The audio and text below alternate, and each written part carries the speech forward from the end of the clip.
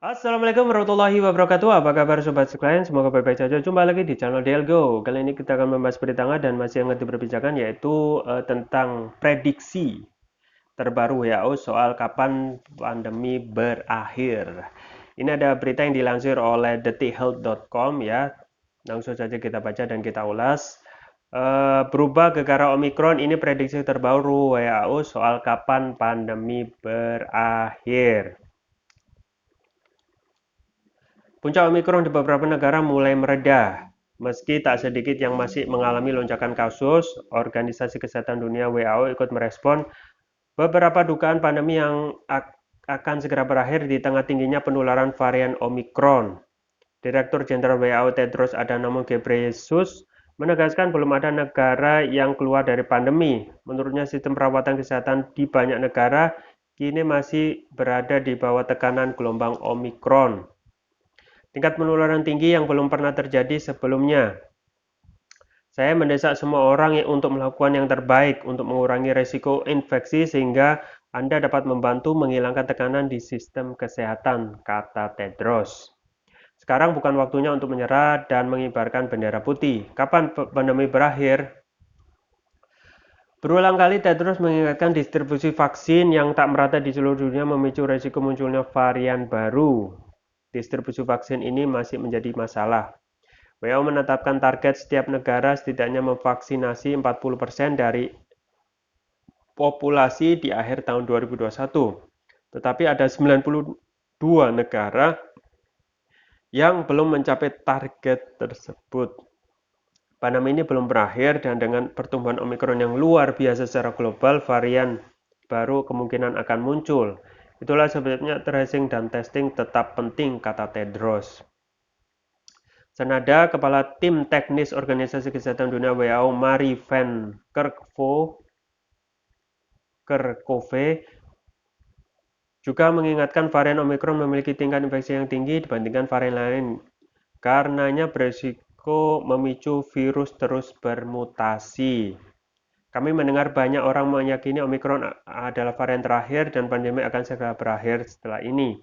Itu tak akan terjadi karena virus ini beredar pada tingkat yang sangat intens di seluruh dunia, sebut Maria van Kerkhove. Kasus harian COVID-19 dunia belakangan meningkat 20%. Sepekan terakhir, hampir 19 juta orang dilaporkan terpapar COVID-19 berdasarkan catatan WHO. Menurut Van Kerkhove, angka sebenarnya tak bisa jauh lebih tinggi. Bisa jauh lebih tinggi dari yang dilaporkan. Ia mendesak pemerintah di banyak negara untuk mengevaluasi dan terus memonitor catatan kasus COVID-19 varian Omikron agar transmisi bisa dicegah. Jika kita tidak melakukan ini sekarang, kita akan beralih ke krisis berikutnya, katanya.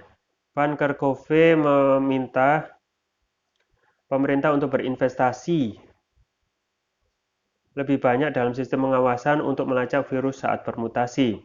Ini tidak akan menjadi varian terakhir yang menjadi perhatian, dia menekankan. Ya, itu ya sobat sekalian. Jadi memang prediksi perkembangan terhadap COVID-19 ini memang tidak bisa diprediksi ternyata ya. Memang apa yang sudah ditargetkan oleh WHO bahwasanya setiap negara itu maksimal ya minimal bisa memvaksinasi 40% di akhir tahun 2021, tetapi itu tidak bisa terlaksana ya karena ada sekitar 92 negara yang belum mencapai target tersebut. Berarti banyak sekali negara yang belum sampai mencapai minimal 40% dari populasi di akhir tahun 2021 kemarin. Dan ini memang keseriusan, masalah serius juga ya. Dan memang kita juga tidak bisa menyalahkan setiap pemerintahan karena banyak sekali faktor-faktor yang mempengaruhi tidak tercapainya target minimal 40% vaksin untuk populasi setiap negara. Dan memang ya sobat sekalian, saat ini ya banyak sekali prediksi ya. Uh, Dalam hal ini WHO mengatakan bahwasanya dengan adanya target yang belum tercapai yaitu minimal 40% target vaksinasi untuk tiap negara itu berarti mengindikasikan varian Omikron ini bukan varian terakhir ya. Karena dengan belum tercapainya vaksin sesuai target, artinya masalah itu belum berakhir ya. Masalah itu belum berakhir ya. Kemudian juga kemungkinan dengan kurangnya ataupun cakupan vaksinasi minimal 40% tiap negara itu memungkinkan masalah baru, yaitu akan muncul lagi varian terbaru ya. Nah, ini wajar ya.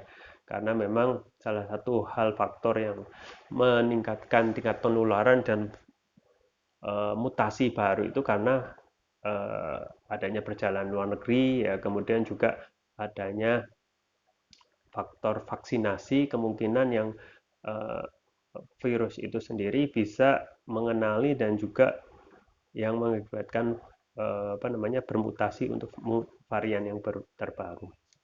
Dan memang kalau kita melihat prediksi yang lain dari Bill Gates yang banyak diikuti oleh pengamat, dokter, dan juga kebanyakan pengamat yang lain itu mengatakan bahwasanya kemungkinan varian Omikron ini varian terakhir ya. Dan dengan adanya varian Omikron ini akan berdampak baik ya. Berdampak baiknya dari mana? Karena dengan seseorang itu adanya varian Omikron ini akan meningkatkan imunitas baru, kekebalan yang baru gitu terhadap varian-varian terhadap COVID-19. Jadi kehadiran Omikron ini seperti yang bisa kita lihat di media yang disampaikan oleh Bill Gates ini, dengan ada Omikron ini justru menjadi pintu masuk untuk kekebalan ataupun kekebalan tubuh seseorang terhadap virus COVID-19. Dan prediksinya Bill Gates itu terakhir ini ya, Omikron ini adalah varian terakhir ya, wawalam ya. Walau kedepannya bagaimana. Yang paling penting memang kalau kita melihat perkembangan COVID ini sudah ada ya, sudah ada obat untuk COVID-19 ya. Jadi kalau sudah ada obat untuk COVID-19 yaitu Molnupiravir dan Paxlovid, artinya virus ini seperti flu biasa gitu. Artinya virus flu atau penyakit flu yang bisa diobati ya. Jadi kalau sudah ada obatnya seharusnya memang secara medis tidak perlu vaksin lagi gitu, tinggal minum obat dan insya Allah akan sembuh. Tinggal bagaimana kebijakan pemerintah ya, kemungkinan ada pertimbangan yang lain ya, seharusnya yang memang sudah tidak ada vaksin lagi karena memang sudah ada obatnya. Tetapi sobat sekalian ya, dengan adanya banyaknya ketidaktentuan dalam kondisi sehari-hari dan juga banyaknya penyakit yang sering kita jumpai dan sering menjangkiti mungkin sekitar lingkungan sekitar kita, kita harus senantiasa menjaga kesehatan tubuh ya, stamina dan juga imunitas. Yaitu yang bisa saya rekomendasikan adalah mengkonsumsi propolis ya. Propolis yang saya rekomendasikan yaitu Turkish Propolis Ruqyah. Ya, ini brandnya sudah ada di saya. Ini adalah propolis yang sangat manjur untuk berbagai penyakit ya, karena kita ketahui bahwasanya beda propolis ini dengan propolis yang lain adalah adanya nanoteknologi yang dapat meningkatkan kelarutan dan penyerapan oleh tubuh. Jadi segala akan mempercepat ya penyembuhan terhadap penyakit ya. Kemudian juga keunggulan lain dari Turkish Propolis Ruqyah itu adalah ruqyahnya sendiri ya. Ruqyah ini adalah terapi yang sangat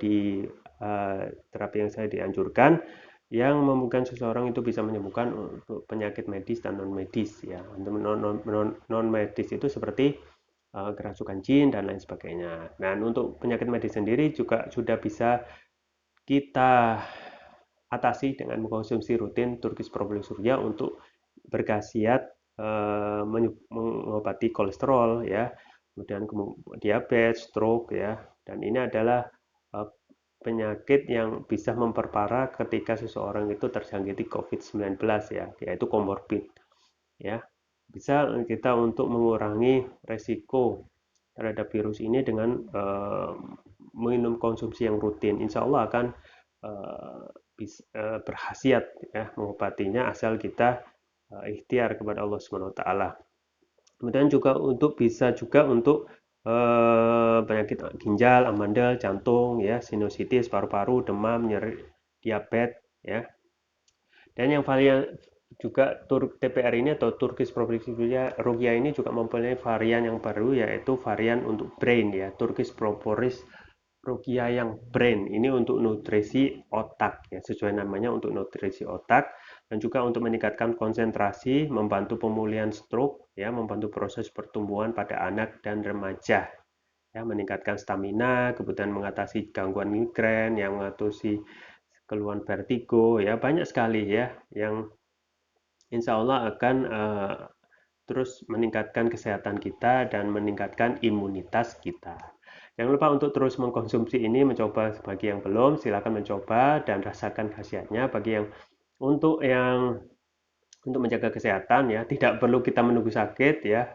Perlunya kita melakukan pencegahan sebelum sakit. Link pembelian ada di deskripsi di bawah. Jangan lupa untuk selalu mengunjungi toko online kami di Algo di Tokopedia dan Shopee. Ya, itu yang bisa saya sampaikan. Semoga bermanfaat. Saya Rahmat Ramudin. Jangan lupa like, share, dan subscribe. Sampai jumpa lagi. Wassalamualaikum warahmatullahi wabarakatuh.